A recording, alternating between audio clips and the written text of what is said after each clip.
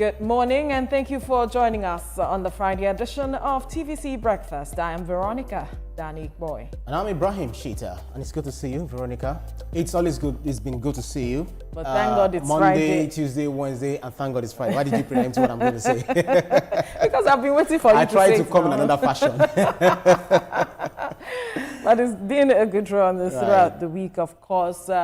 This matter of Senator Natasha Akpabio-Uduaghan, as well as the Senate President, has been one matter we have been focusing on, and we are still going to delve into that in the course of the program today, and also look at the fact that the federal government actually fulfilled its promise to core members, talking about the allowances, 77,000 naira. A lot of them have received that monies. I'm sure it's a thing of joy for them. And then the controversy around gospel musicians collecting monies for performances in churches and all will be another issue. And of course, stories that are trending now with Olamide. But let's begin with this story where the House of Representatives has reversed its decision on a bill seeking to abolish death penalty in the country. The bill is among the 42 that lawmakers passed for second reading on Thursday. At the plenary, Majority Leader Julius Ihonvere moved the motion to reverse the decision on the two bills. Ibrahim, you know, this matter of death penalty, talking about immunity, have been issues generating controversy. That's right. On the part of immunity, we've been talking about how it's important to bring persons to account for their time in government, as we see other countries, other developed countries do, where even if you've served 10 years ago and there are allegations against you, you are brought to the fore to ask questions and all of that. But now we are seeing that things are changing. The House of Representatives is seemingly taking off its hands on that. And then the death penalty, we've always said that governors have refused to sign that bill. And we also see the House of Reps now also taking their hands off it. Yes, let me start off with immunity. I think I would support the idea of dropping it, because you wouldn't want them to get distracted when it comes to issues and all of that. But it's a catch-22 for everyone, because at the end of the day, some will feel, well, I will do what I have to do in the space of 4 years. Then after the 5th year or maybe 8th year, after the person has run his or her term as a governor, then you can start disturbing me if you want to, but I know that I can always find my way around it.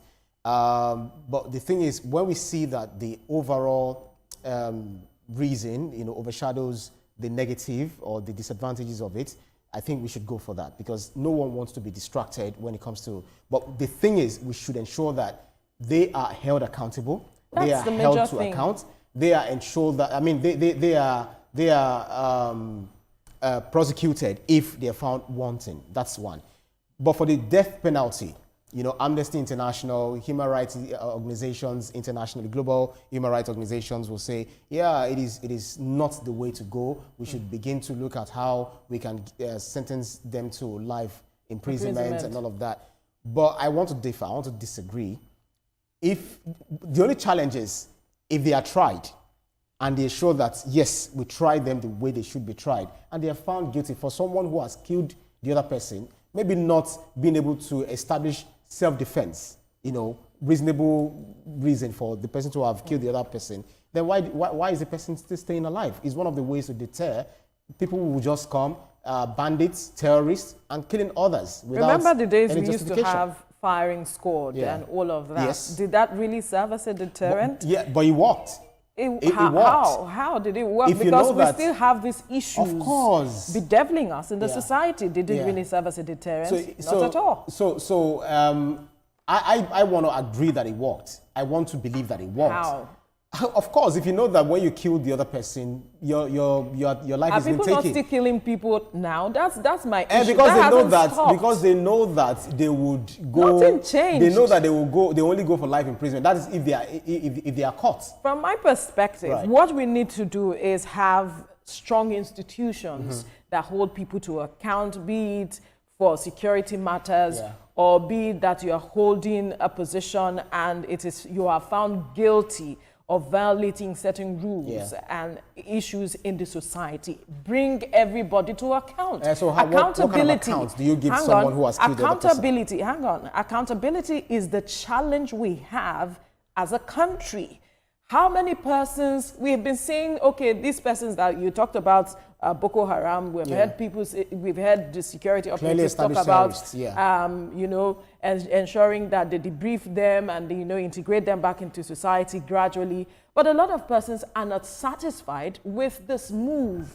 So is that holding them to account? No. That is not. So what do you recommend? Did we take them to court? Did we try them? Yes, we have heard reports of certain persons being tried.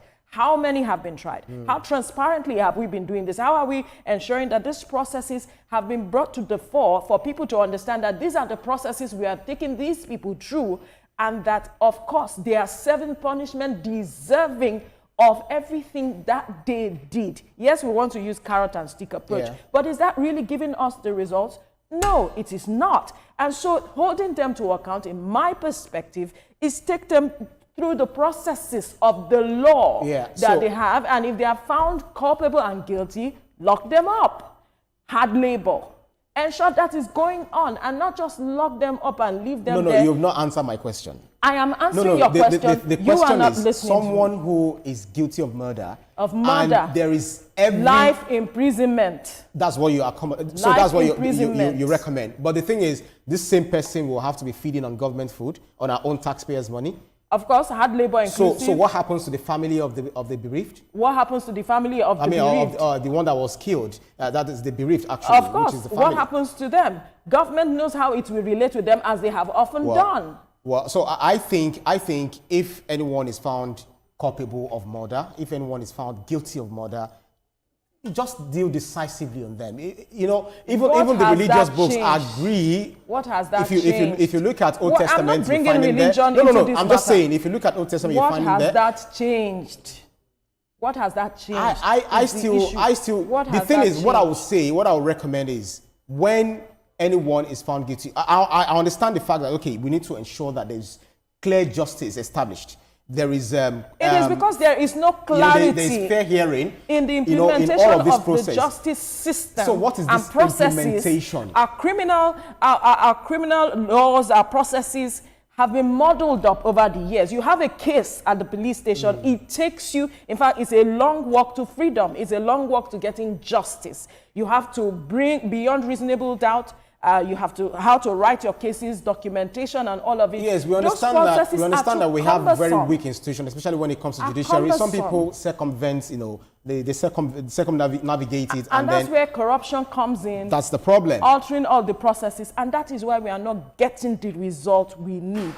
If in other developed countries, what do we see? Even them as are that's moving for crime away. in other developed countries. For instance, in the US, look at gun laws, look at the gun violence. People still kill people. They even say gun don't kill people, people kill people. So you know how many people's life is being snatched away every year in the United States? Way more than 50,000. Every year in the United States, but is the level of, has it reduced or not? It has not reduced. That's the thing. The it has not reduced. Shows that that's it has not reduced. Because they have access to guns as easily as they can. That's why I said it's catch-22. It's a debate that we may not finish. Of course, it may not finish that debate, but then let's